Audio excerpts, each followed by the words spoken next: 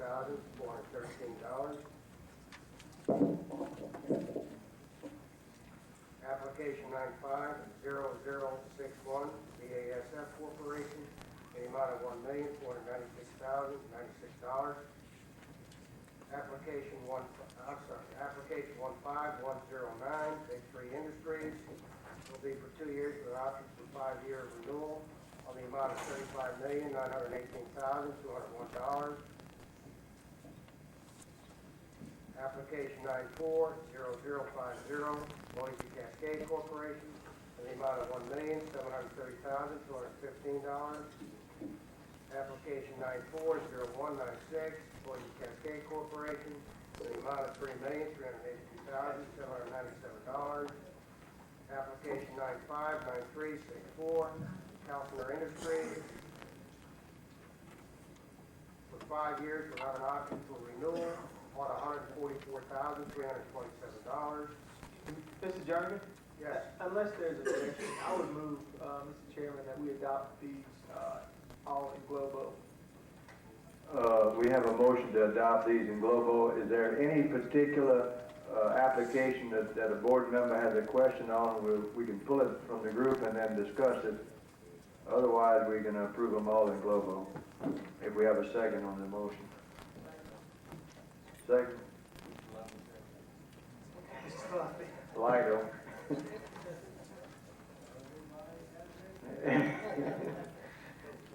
Mr. Chairman,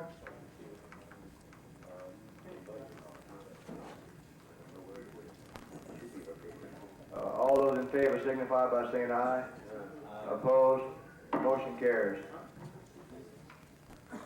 Mr. Chairman, on the transfer from one corporate name to another and the renewals, I'm willing to say the same motion because that's all pretty well just housekeeping unless there's a specific issue on any of those. And then we're basically going from X, Y, Z to Y, X, Z on most of them. So unless there's a specific question anybody has, I'll make a motion for all the renewals and all the transfers and name changes. Have you heard Mr. Thomas's motion? Does anyone have a question or discussion? If not, I entertain a second. I'll second Mr. Thomas' motion. Second by Mr. Picard. Any discussion? If not, all those in favor signify by saying aye. Opposed? Motion carries.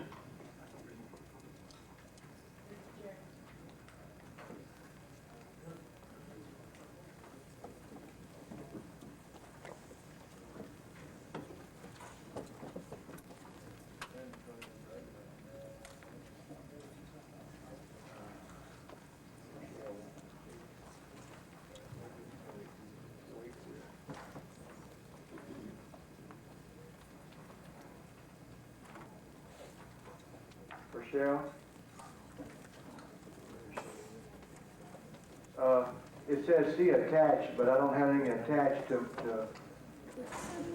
I did. And Sunny did too.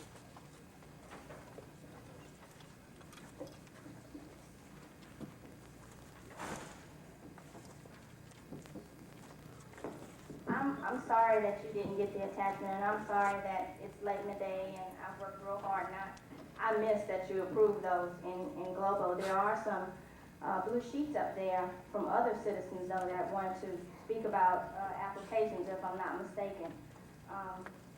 the only thing I have that hadn't been taken care of is this Bayou Steel. Okay, well, Everything else is, I all don't the know blue what strips happened. I have already been taken care of. I don't know what happened, but there are citizens in the audience that wanted to speak with you, and as far as I am aware, they filled out the card, so.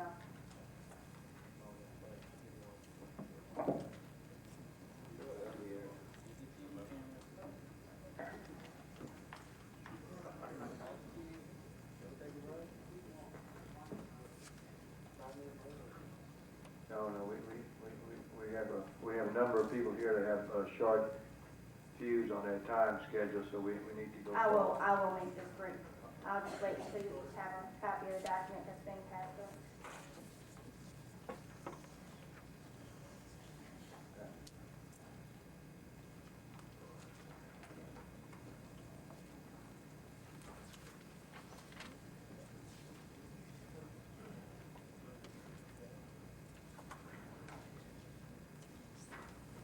I would like to first say that I applaud the efforts of the staff and the secretary and the governor in going forth with the appeal on the Rule 1 decision.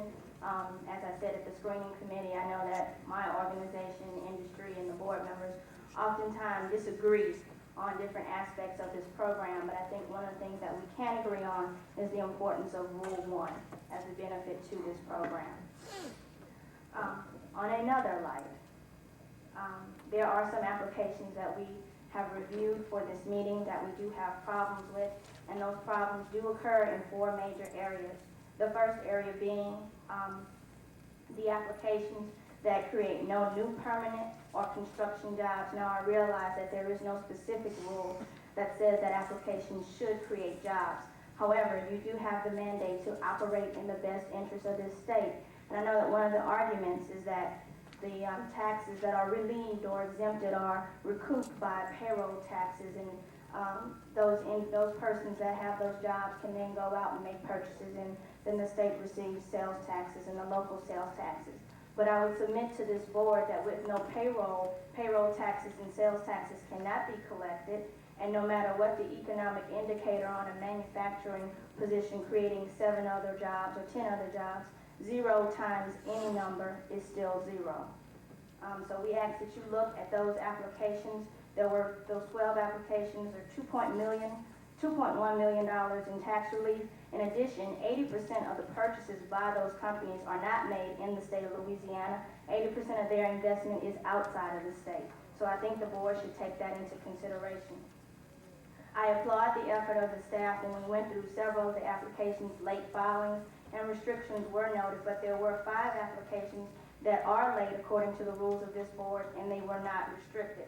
Those applications being Piazza Seafood World, UNR Home Products, and New Orleans Public Service.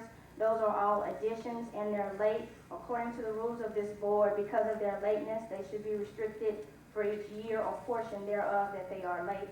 There are also 2 MCA applications, Tetrachlor Incorporated and Halter Marine. The Tetrachlor application is 3 months late and therefore should be restricted 3 years. And the Halter Marine application is late 4 months and therefore should be restricted for 4 years. The next set of concerns are those companies claiming a construction payroll, but they're claiming no job creation. And those 4 companies are Florida Steel, Hawco Manufacturing, Martin Mills in Abbeville, and Processor Incorporated. If you look on your agendas and specifically at the application, you'll see that the company has stated that there is a payroll, a construction payroll, but there are no construction jobs. And I think that the board should question how there's payroll and no jobs, or what the discrepancy is there, I'm sorry. And the last set of questions is with applications with questionable construction payrolls. We did some research, and the average construction worker in the state makes about $15 to $19 an hour. However, you have several applicants here who have annual salary equivalents greater than $50,000. The most significant being G&B Incorporated. That company also claims 81 permanent positions, and if you divide that by the payroll, they're paying their permanent people $33,000 a year, but they're claiming that they're paying construction workers $74,000 a year. I think the board should seriously ask these companies to explain why it is these numbers are so out of whack. I know that the board and the staff uses these numbers to the public to stress the benefits of these programs. There's no reason why the board should provide exemptions on numbers that are obviously fluffed. If you have any questions about any of the information I've called a question to, I'll be happy to try to answer for you. Do we have any questions? Thank you. John, on the application with late filings that we did not restrict, The purpose behind not restricting them was there was verbal extension of agreements granted over the phone because it was going to be, in most cases, less than 6 months.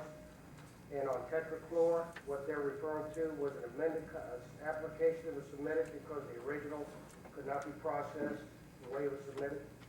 The original one was submitted within the time frame required, and 9597005 Ultramarine is a 1995 miscellaneous capital addition, and it was due to be submitted no later than October of '95. Therefore, it's within the time frame because of Orleans Fair. so you're satisfied with? Yes, sir. Okay. Does board members have any questions on any of these, handouts? Mr. Red, question? Okay. John, is there any other item on your list? Well, some of the other items, like General Motors Corporation, there was different phases relative to that application, and I added all the jobs they created in one of the phases, so I can't reflect them in the other three phases, because that'd give you bogus figures. For that particular project, it did create more than 40 jobs. It's just this phase did not reflect any of them. Okay, thank you, John. Is there any other information that you need to give us? Simulcast is the same thing. This is one of 4 phases for simulcast. It created many jobs.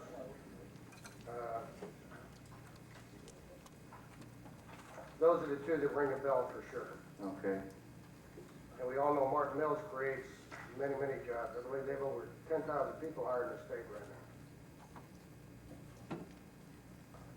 Have we taken action on all items on the industrial tax exemption program? Yes, sir. We need to find out who's eating those blue sheets, because you're the second person that has been filled out, but I mean,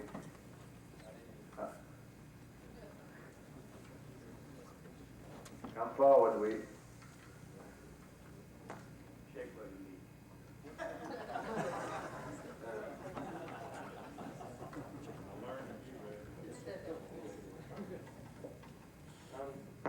My name is Dan Mills. I'm with the Coalition of Tax Justice.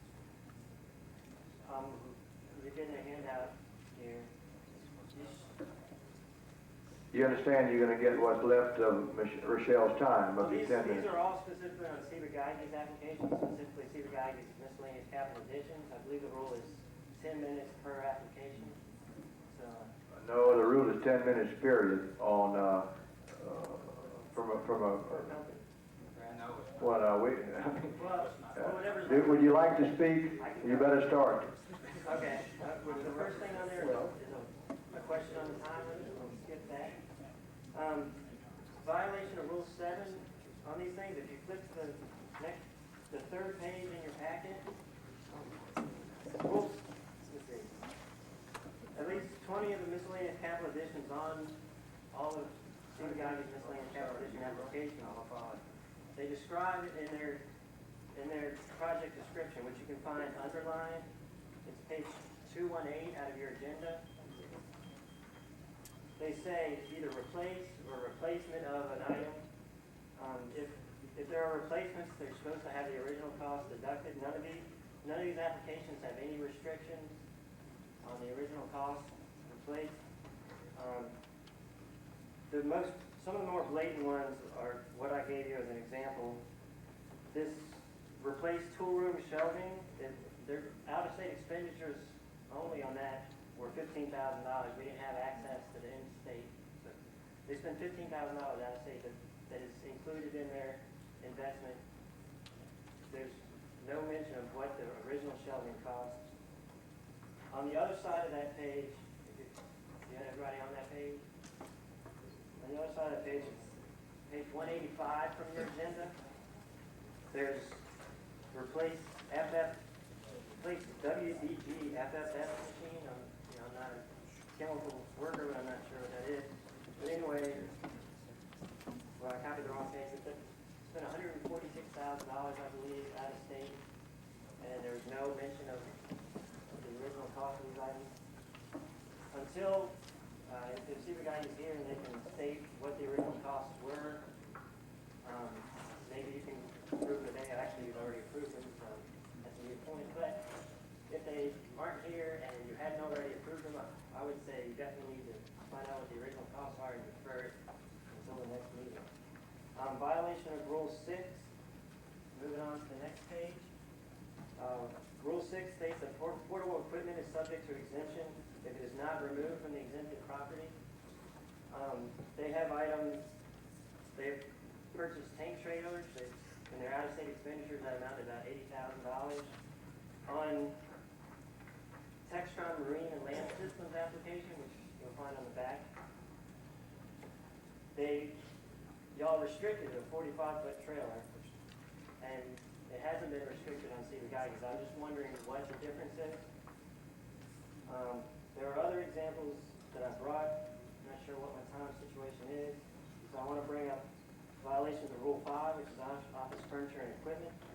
Rule 5 states that office furniture and fixtures are eligible for tax exemption only when they're an integral part of the manufacturing operation.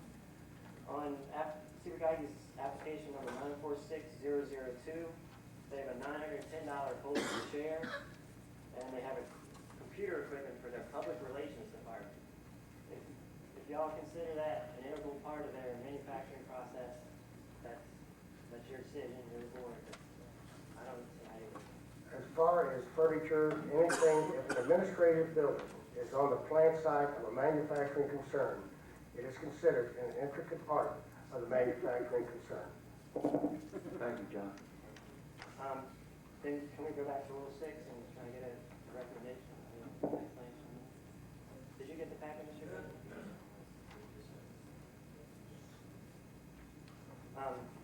We have the trailers. These are tank cars. That's $80,000. We also have on these applications a home workstation. Is all that equipment that was purchased for the home workstation on site at the plant? And we have a laptop computer on Florida Steel's application. The laptop was restricted. On Cedar Geiges' application, it wasn't. I'm just wondering what the difference is. The purpose of that was it was overlooked. And as far as the replacement items, I will call Cedar Geiges tomorrow and ask them about that. For the replacement items, I will ask if in fact they are replacements or just additional. If they are replacements, I will request the original dollar amount of the item that was replaced and subtract it from the total. Okay. The board concur with what John's gonna do on that Seabury argument? Okay. Yeah. Now, Mr. Chairman, let me just say one thing. It wasn't my intention making the motion to adopt them in Globo, to cut you off from, certainly I enjoy hearing your, any concerns anyone has. So in the future, I guess if anyone's not recognized and they filled out a card, just wave your hand and let us know before we vote. I want to apologize to the staff. I did have the blue slip on Mr. Mills, but it somehow, I stuck it in the group from Bayou Steel and overlooked it, so it's my fault.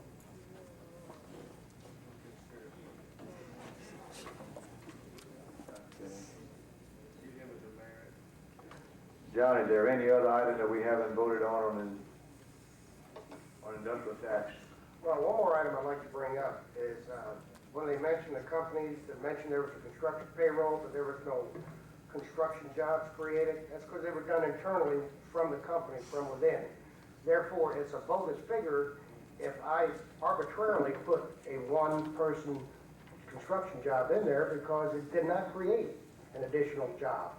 There was a job that was already getting a salary. Okay, thank you, John. Under old business, Bob, would you care to come forward this time? Skip, are you still here? Okay.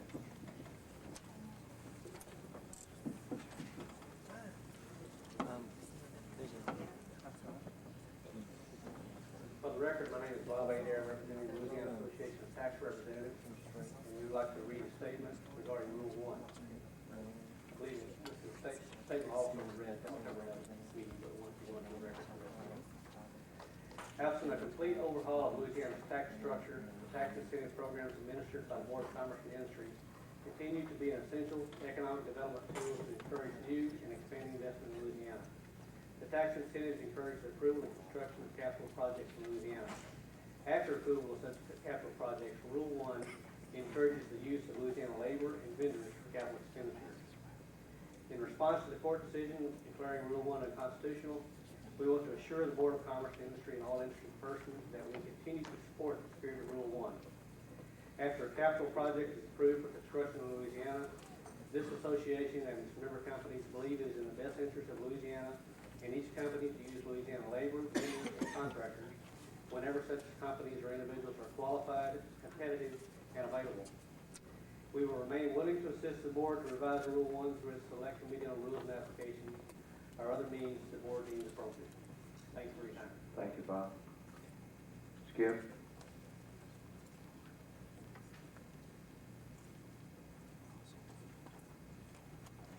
My name is Skip Smart. I'm representing the Louisiana Industrial Development Executive Association, and I would like to read a brief statement regarding Rule 1 on behalf of LIDEA. LIDEA, the Louisiana Industrial Development Executive Association, is committed to securing new and additional capital investment for Louisiana and to achieving a maximum positive economic impact for the citizens of our state. In that regard, LIDEA has consistently supported the spirit of Rule 1, encouraging the use of Louisiana products and labor in realizing these capital investments. Notwithstanding the recent court decision regarding that Rule 1 is unconstitutional, LIDEA will, as in the past, encourage all providers of capital expenditures to use Louisiana products, services, and labor to the maximum extent possible. We believe that this approach makes every sense from every perspective, and LIDEA remains committed and available to work with the Board of Commerce and Industry to pursue the spirit of Rule 1. Thank you. Thank you, Skip. Is there any other old business to attend to today? If not, we're going to move to new business. Bayou Steel people have, who's going to speak for Bayou Steel? May I say something? Yes, sir, Kevin. Before I just wanted the committee, the board rather, to know that I received, and I imagine everybody on the board received a petition signed by most, if not all, of the elected officials in the area, advising us of some fairly serious breaches in both OSHA and environmental concerns. So for that reason, I took the liberty of placing it on the agenda so that we could take a look at it today. And I think that it'd probably be in order to listen to what they have to say and then proceed from there. Thank you, Kevin. My name is Julie Richard Spencer, and I'm the attorney for the Steelworkers Local 9121, and I'm going to speak in part on behalf of the Steelworkers very briefly. The Steelworkers have come before this board on many occasions in the last several years seeking either a rescission or a suspension of the tax abatement issued to Bayou Steel. And on many of those occasions, I think most of them, this board has seen fit not to grant the Steelworkers' request. And in my estimation, part of that has come from what I think has been somewhat of a misunderstanding of what this board's purpose is. As I appreciate the board's purpose, it is not that these corporations have entitlements to these tax breaks, and I think all of you would agree to that. This is not corporate welfare. You guys give tax breaks, the members of the board give tax breaks to good corporate citizens. And the contention of the Steelworkers has always been that Bayou Steel, put quite simply, is not a good corporate citizen. Now, what does it mean to be a good corporate citizen? The position of the Steelworkers is that if you're a good corporate citizen, you do two things. Number one, you provide a safe environment for both the community and your workers. And number two, that you seek to increase the number of employees in the community. And that those are the two things that you as a board look to attempt to determine whether or not a tax abatement should be given. Now, the contention of the Steelworkers has been that Bayou Steel has not done either of these things. And most importantly, that Bayou Steel is not an environmentally sound neighbor. You have expressed your own concern with that. In December of 1994, this board made a decision that if Bayou Steel was found to be in serious violation by OSHA or the DEQ, that you would rescind their tax abatement. Now, at a subsequent meeting, you made the decision that the violations that were found by OSHA were not serious enough. And what we are coming forward today to ask, and what the petition signed by the political officials asks, is that you allow us to present you the full evidence on the seriousness of the violations. And I think, in all fairness, that you have not had an opportunity to hear the position of the Steelworkers and the position of the experts retained by the Steelworkers to do environmental studies to determine and show the violations and how serious they are in fact. We have put together a pamphlet for each of you, which I will ask that it be distributed. But again, as has always been the case, you certainly don't have time to read through this pamphlet today and to make a decision as to whether or not an abatement should or should not be granted, or a suspension or a recension of the abatement should be granted. So what we are asking, and I think it is a reasonable request, in light of the seriousness of the allegations, made not only by the steelworkers, but by the political officials in the area, that you grant an opportunity for the steelworkers to present their entire case. By within the next 30 to 60 days, granting a hearing just on the issue of Bayou Steel and whether or not the environmental violations are serious enough to justify a recension of the abatement. Now, I'm not going to speak any further because there are others who wish to speak. Most of the political officials who signed that petition that you received are here today to show their support for the statements that we are making and to show their support for the fact that this needs to at least be looked at by this board in a more thorough way. And I'm going to cede the floor to one of those who wishes to speak to you, Representative Joseph Ricardo.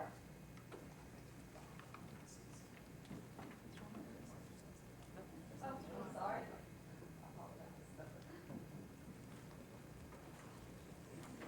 First disclaimer, I'm not Representative Joe Carter, I'm Senator Ron Landry. They had me fooled. Mr. Chairman, members of the board, I'll make my comments brief. I'm the senator for the district where Bayou Steel operates. There have been a lot of allegations, and I've read the environmental audit that was done, I think, in '93, and it gave me some concerns if these things are still going on at the facility, and especially in light of what occurred at Bogalusa. It's my understanding, reading this audit, there are 4 carloads, rail cars of hazardous material that's being stored without proper permits on the site. And if something happens to disperse that material, we could have something that occurred, unfortunately, that occurred in Bogalusa. There's some other environmental concerns that give me grave concern, the amount of lead being emitted by the facility. I don't know whether these allegations are correct or not. I don't, but I think you should be concerned about it too. I don't think we should be giving tax exemptions to industries that are violating basically our laws to protect our people. And this gives me grave concern that if these allegations are correct. And I request that y'all take a look at the information that was given to you. Maybe request that DEQ, whichever agency necessary, come before you to give you a report and ask them to take a look at these violations. And if they're there, then maybe you should take a hard look and make sure that this company either corrects those violations, because they're not only a hazard to the workers there, but also a hazard to the community. And I'd ask y'all to please take a look at it and maybe call a special meeting to do that within the next 30 days. And if you got any questions, I'd be happy to answer. If not, thank you very much. Senator, have you been to the facility? Not recently. Okay. All right. Have we not had reports by DEQ as far as that? I've been there, me and Mr. Terry have been there, we've looked at the situation. I was the one that made the statement, which has been thrown back at me numerous times about serious and the various levels of OSHA violations and all of that, but I do recall Mr. Terry and I went back there, when was that, the first of the summer? It was about 3 months ago when we were there. All I want to point out is there is a question as to what is serious violation. But I will tell you, 4 carloads of hazardous materials being stored in a facility without a permit, I call that serious. If that is correct, I call that serious. And maybe you might disagree with me, but that is serious in light of what happened in Bogalusa. Not debating the point with you. Yes, Kevin. Ron, I agree with you. That's why I thought that this ought to be back on the agenda. You are aware, and I know Joe is aware, of the fact that we've been literally months looking at the situation. This seems to be a new set of charges, and I think that, as the attorney pointed out, that we now have this material here, possibly the best course of action for us would be to go ahead and adjust this material, and Mr. Chairman, at some point in time, that you would, we would defer action on this today, and until you were prepared to call a meeting, or either that or work through a subcommittee. I don't know what you want to do, but I think that, as Senator Landry points out, it would be a real tragedy, and I don't think any of us want to have that on our conscience. If something happened down there, and then these charges were valid, and something we didn't know about, but we were warned about, and we had a tragedy, we would certainly feel very, very bad about it. So I would suggest then, that if you want to form a motion, that we defer action today on this matter, then we rest at the call of the chair to come back in and consider the matter when we've had a chance to look at it, and also when the regulatory agencies have had a chance to look at it. I think that's about what you're asking, isn't it, Ron? Yes, Kevin, that's basically it. I don't know if you've got a copy of this. I tore off the back sheet because I had some notes on it, personal notes, but I don't know if you have a copy of this environmental audit, but I'd like to submit this to the To be honest with you, what's happened here is we're kind of in the middle. And the other agencies, the DEQ and OSHA, they have policies which they follow, which gets them out of being in the middle, if you know what I'm talking about.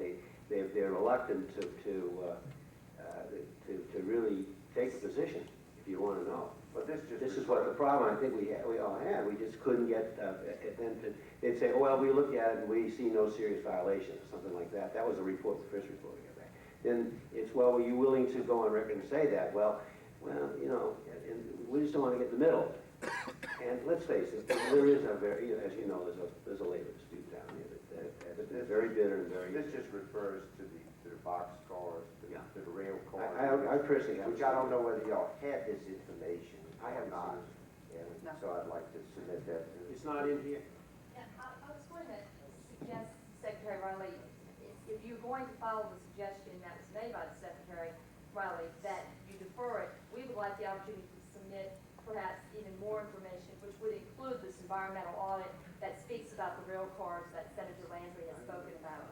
No objection. Well, why don't we do this? Why don't you provide that to the staff? The staff will Xerox copies, or if you provide enough copies for the board, and you can mail it, the staff can provide you with a name and address of each board member, and I would appreciate it if we could mail it to each board member and give us a couple of weeks to digest it, and then I will call a meeting to have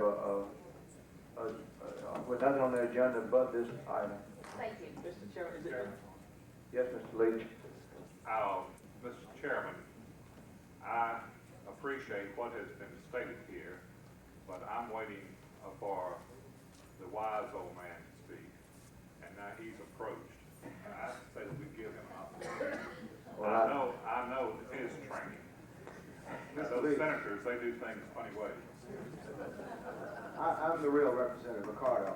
I know who you are, and I know that over where you got trained, we did the work. Yes, sir.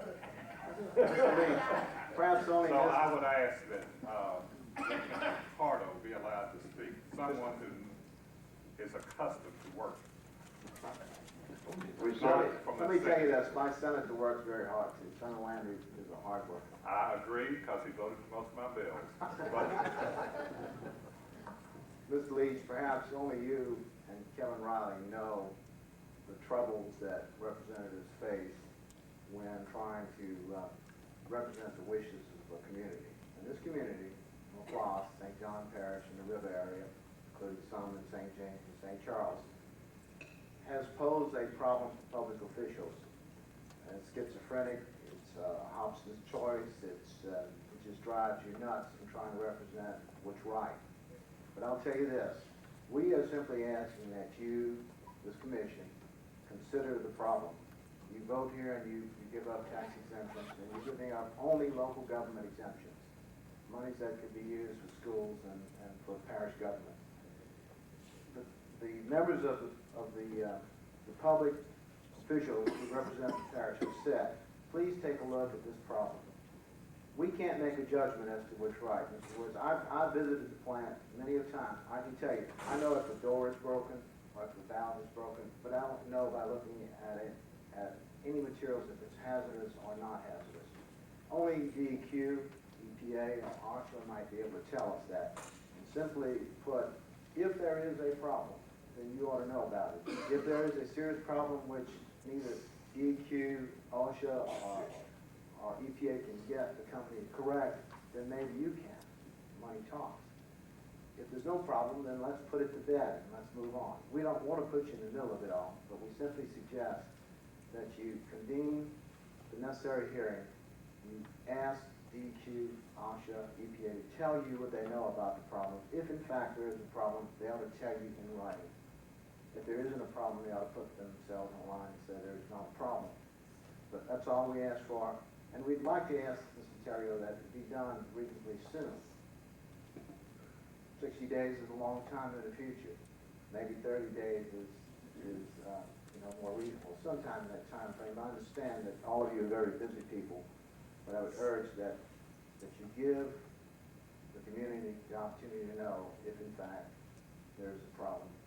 And if there's a problem, you ought to know that too. Thanks a lot, Mr. Leach. Good to see you looking so well. Thank you, Representative Carter.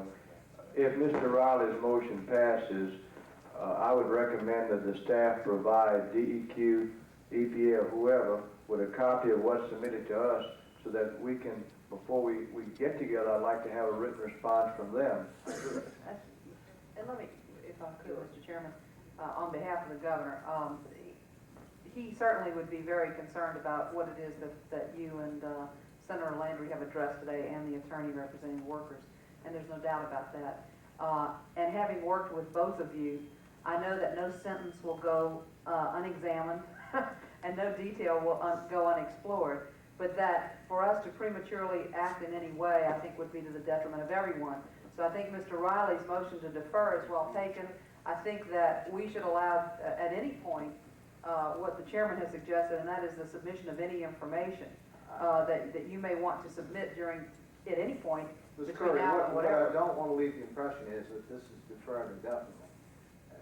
It should be deferred to within a time certain, outside of which you should have acted, you should have gathered your information already. We don't want to sweep it under the rug, so to speak. It ought to be an issue that's up front, that's going to be on your agenda sometime within the next 2 days, 2 meetings.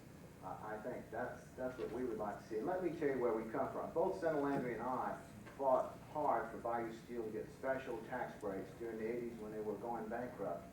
The only company in the whole state that received exemptions from paying income taxes, sales taxes, franchise taxes, there's no other company that had that benefit. Approved by Commerce and Industry, the governor, Governor Edwards first, Governor Wilson later, and by the Budget Committee. So it has had even more significant tax breaks than any normal company. We don't give these breaks to any other company at this time. So we come from a position of having done everything that we can to help this company. We want it to stay operating. We don't want it to shut down. We represent people who are in that plant working today, who are my neighbors, and we represent people who are on strike, who are our neighbors also. We only simply want what is correct.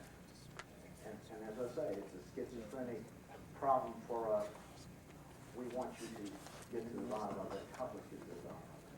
If it pleases the chair, I would make the form of the motion to say that we would defer action until we receive the report from DEQ.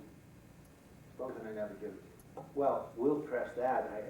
Joe, you know as well as I do, I can't hold a gun to their head and say do it. But I think in these, But you know somebody who can. Yeah. I think we can get it. I think we can get a report timely from them.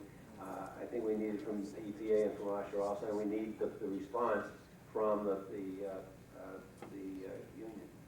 And those things are going to take time. I'm not saying it's going to take a year. I'm not saying that. But we'll do it as fast as we can. But I have to leave up to the discretion of the chair. I understand.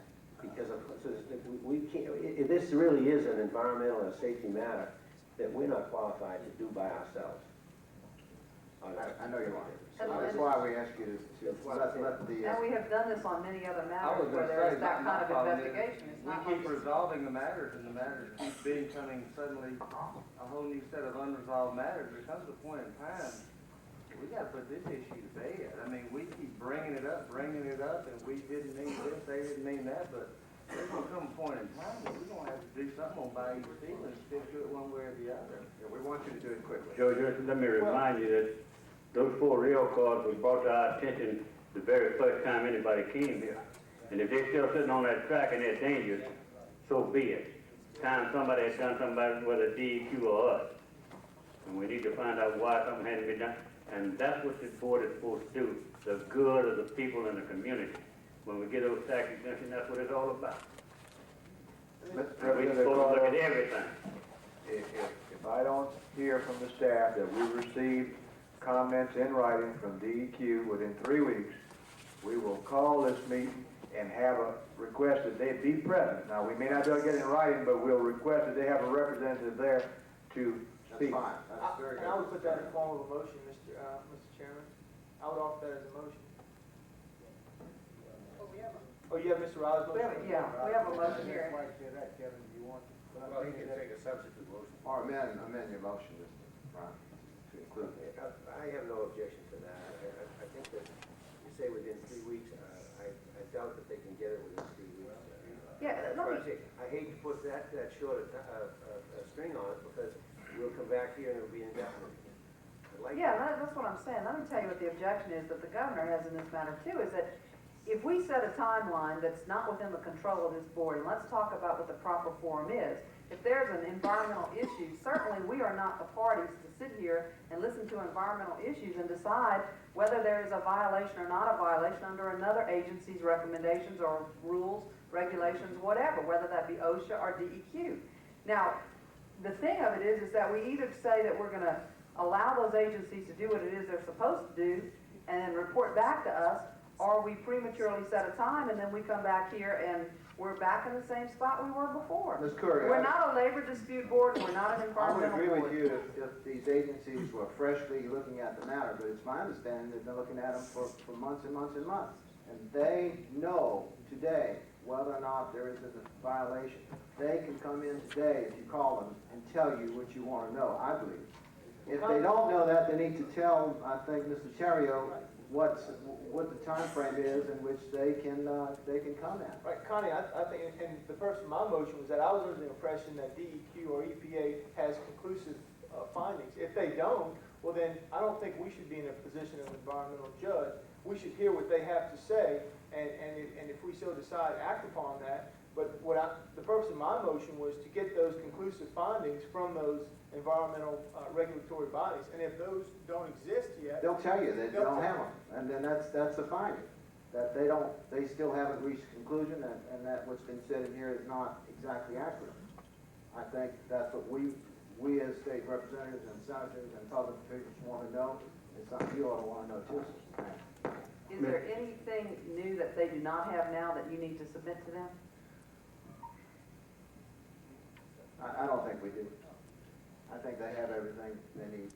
Just let me remind you, if something happens to one of those tank cars, it's not just gonna kill union people down there. That's not the only people that live down there. Well, now, Rev, with all due respect, none of us are saying that. What we're trying to get at here is what it is that we need to do. Well, we're not saying in that order to either. help you We're out. I saying mean, that none of us are saying that. There's evidence that's been brought to the attention of public officials that there's an environmental problem dealing with radioactive materials in 4 tank cars, which DEQ constantly temporarily permits, and it's been there for 6, 7, 8 years.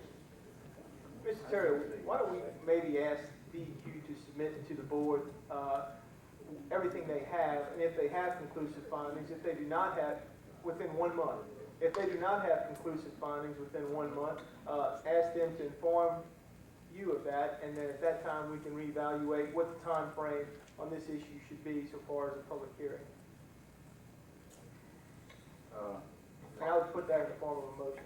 Could I add to your motion, Mr. Collins? My motion is to direct, I just, add to it, I'm sorry. I would just like to say, everything everybody's gotta submit. I mean, there's people out here that have been here at meetings every other month for as long as I can remember, and every time something happens with Bayou Steel, the next meeting, they suddenly come up with something that did not get done. Submit what you got, and let's get it all out on the table, and let's get this issue put to bed, one way or the other. But let's quit saying, okay, well, by God, they've approved it this time, we better pull out this dog right here and throw it at the next meeting and keep deferring this thing. Let's approve this thing, or let's not approve it, and let's go to I agree, Bayou and that's the Steel. reason I've only been here for 3 months, and this issue lived long before I've been on this board. And when I see someone like Joe Pardo and Ron Landry here, it causes me great concern. And I'm not voicing any opinion on it one way or the other. Well, I need to be educated on it. Well, we've had the governor and most of the legislature get involved in it here, and it still won't get away. I mean, they sat at the governor's mansion and negotiated this thing out for 24 hours one time, and supposedly came to agreement on it. I'm just saying, let's lay it all out, whatever they got, and then no more. That's fine. Let's just approve this thing or disapprove it, but get it done. That's fine, let's do it quickly though, that's my only point, Mr. Williams. I agree. Ron, you want to say something? Yes, I would like to. Oh, come on. Especially to Mr. Thomas. We gave you documents on all the OSHA citations and everything you needed. And when we went to Shreveport, you hadn't even distributed the information. We've contacted the DQ over and over again, and as much of yesterday, they cannot find files on Bayou Steel. Bayou Steel's files are disappearing. So don't sit here when you're talking about the daggone meeting that the governor has nothing to do with the tax break. And you are not certified to go in that plant and say what's safe and unsafe. The gentleman, he even admitted he's not qualified. So the DEQ and the EPA have said what they had to say, and those reports are out. In OSHA, and you've gotten most of that information. Let me ask a question then. If the labor issue or whatever was discussed before has nothing to do with the tax exemption, in the back of the packet that was given to us are newspaper articles talking about pay benefits, talking about the strike, talking about grievances filed by the USWA. And maybe the grievances was filed because Bayou Steel went out and hired out-of-state contractors when people were laid off. But well, my point is that obviously that does have something to do with what you're presenting before this board. Or we wouldn't have had these Correct, packets. but the meeting at the governor's mansion has nothing to do with it. I'm just simply making the point that everybody in various forms of state government has been drug into this, but it still comes on our shoulders to be the ones to be the judge and jury, and as we've all said, including yourself, if this is an OSHA matter, this is a DEQ matter, then why aren't we letting OSHA and Let me remind DEQ you do what they something. need to do? You are the board that asked the DEQ to do the investigation, and you didn't even wait for their results, and you kept granting Bayou Steel tax break. You deferred them the first 2 times, you came back and you gave them the tax break. And I'm starting to wonder why. You need the information, get Bill Petrosky to give you the information. The federal EPA has turned over the documents to the DEQ. Now you answer me why when we go to the DEQ for records, Bayou Steel's records are the only ones missing. Now there's some serious things going on. And yes, the unfair labor practice has a part in it. Families are being destroyed. You should not grant tax breaks to companies that do not create jobs or keep jobs. They're bragging they're running with 10% fewer people. The National Labor Relations Board has ruled that the company caused a strike and put 200 and something families on the street. So yes, it is a part when you're granting millions of dollars. I sit here all day and millions of dollars are being granted.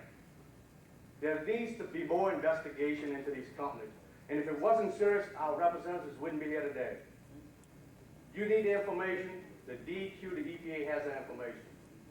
And we are ready to provide you whatever else you need. We gave Mr. Thomas the information on OSHA, and he didn't even bother to give it to you people.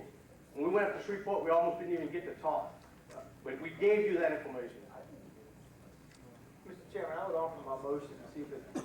We will, let me just finish. We will resubmit all the documentation to each and every one of you through your staff. Okay, now, first we had a motion by Mr. Riley, and then we have a motion by Mr. Picard, and then Mr. Thomas said he wanted to expand Mr. Picard's motion. Now, we never got a second in Mr. Riley's motion, so Mr. Riley, is it safe to say that?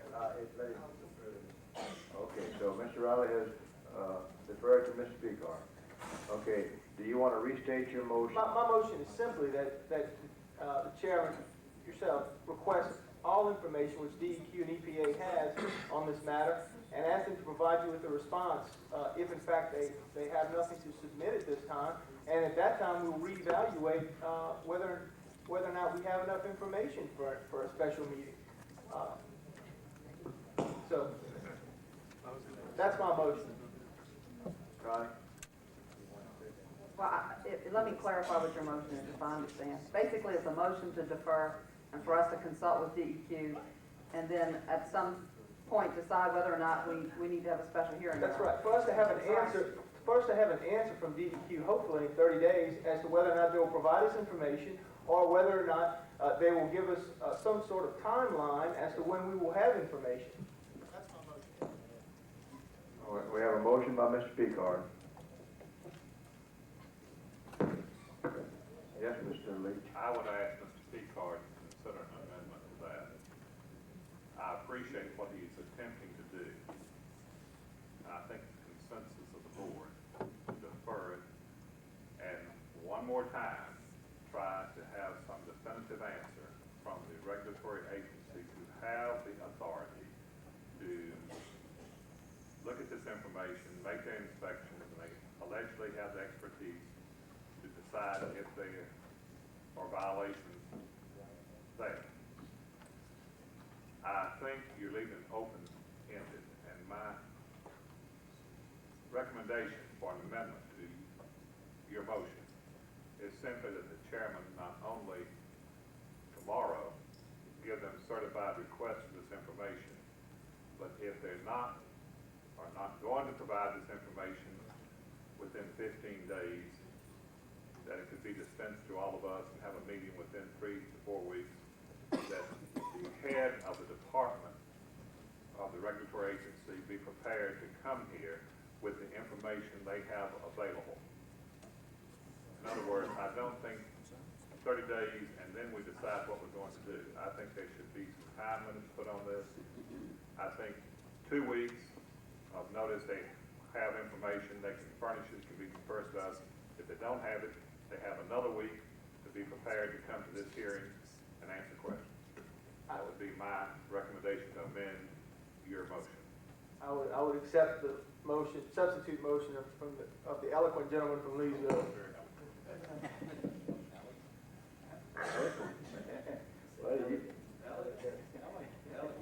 Say elegant and eloquent. Okay, so now, Mr. Leach, in your motion, or substitute motion, did you mention anything about the information that the union people said they want to submit to DEQ some additional information? No. They do not want to? I would state that if there's any information that has not been submitted, the union and other people know very well how to have that before DEQ in the morning at 8 o'clock in a manner that they would sign for it and they could say it has been presented. I don't think this board has to tell anyone how to present something to DEQ when they have able counsel, which we have seen here today. If I could, Mr. Chair, in that form, I could go along with that. I think that would allay your fears, Mr. Accardo, that DEQ would not have to do anything.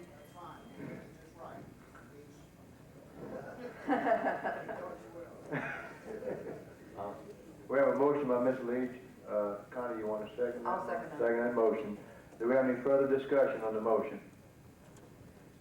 If not, all those in favor signify by saying aye. Aye. Opposed? Motion carries. Okay, we have another item that I need to bring up on the new business. See you, Dan. See you, Walter.